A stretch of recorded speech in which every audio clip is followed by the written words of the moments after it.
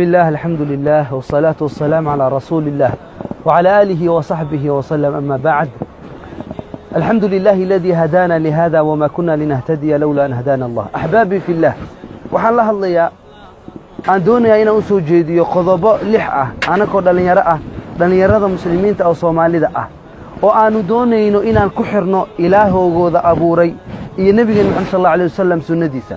أحبابي في الله، lixdan qodob ee ay soo jeedin doono qof walba dhalinyaro ah.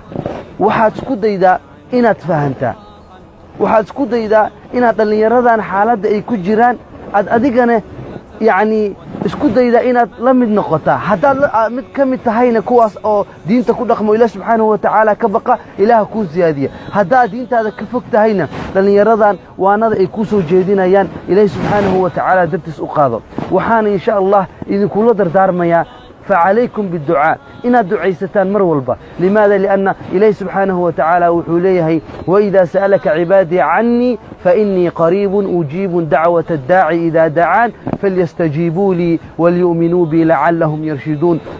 ولا ليال قوآن جارة مركات أركتان فيديو جان أو آداوتان قوآن كوا حقاقة عقلي قاعد إلهي كسي استعمال. إليه سبحانه وتعالى خير فربها يدسيو. السلام عليكم.